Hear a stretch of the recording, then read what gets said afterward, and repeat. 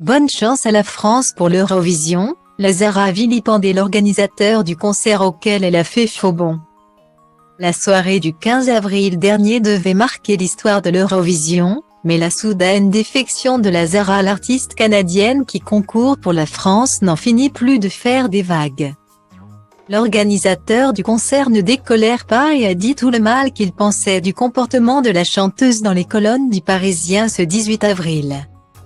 C'est le 13 mai prochain, à Liverpool, que se déroulera le prochain concours de l'Eurovision. Remporté l'an dernier par l'Ukraine, en attendant de monter sur scène en espérant remporter le précieux titre. Les candidats enchaînent les prestations dans différentes capitales européennes. Ce 15 avril, c'est à Amsterdam qu'ils se sont produits.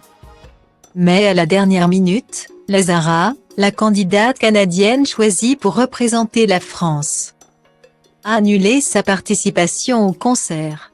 Dans la foulée, l'artiste a annulé sa venue au concert organisé à Londres le 16 avril ainsi que tous ses autres engagements. Son équipe a tenté de justifier cet incroyable retournement de situation au téléphone. On lui a annoncé une mauvaise nouvelle concernant la santé d'un de ses proches, a-t-il été expliqué. Selon le Parisien de ce 18 avril, la chanteuse aurait d'abord quitté la salle, puis dans le taxi se serait laissé convaincre de faire demi-tour avant d'à nouveau faire volte-face. Pour de bon.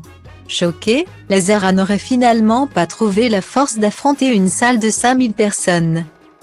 Si les fans de Lazara ont montré leur soutien inconditionnel à l'artiste sur les réseaux sociaux, l'organisateur de l'événement d'Amsterdam n'était lui pas tout à fait sur la même longueur d'onde.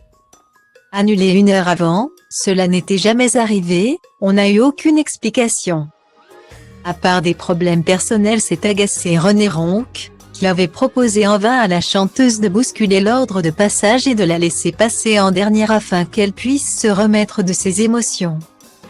Mais plus encore que se jeter d'éponge inopinée, ce qui a énervé l'organisateur, c'est le message balancé par Lazara sur les réseaux sociaux, dans lequel elle torpillait le Leonardo Hotel, partenaire de la soirée. Dans sa publication Instagram, la chanteuse avait dénoncé l'hygiène douteuse de sa chambre, évoquant notamment des taches de sang sur l'oreiller. « J'ai lavé ma chambre à l'eau de Javel tellement c'était sale », avait-elle également déclaré. Elle n'a pas signalé de problème au gérant de l'établissement.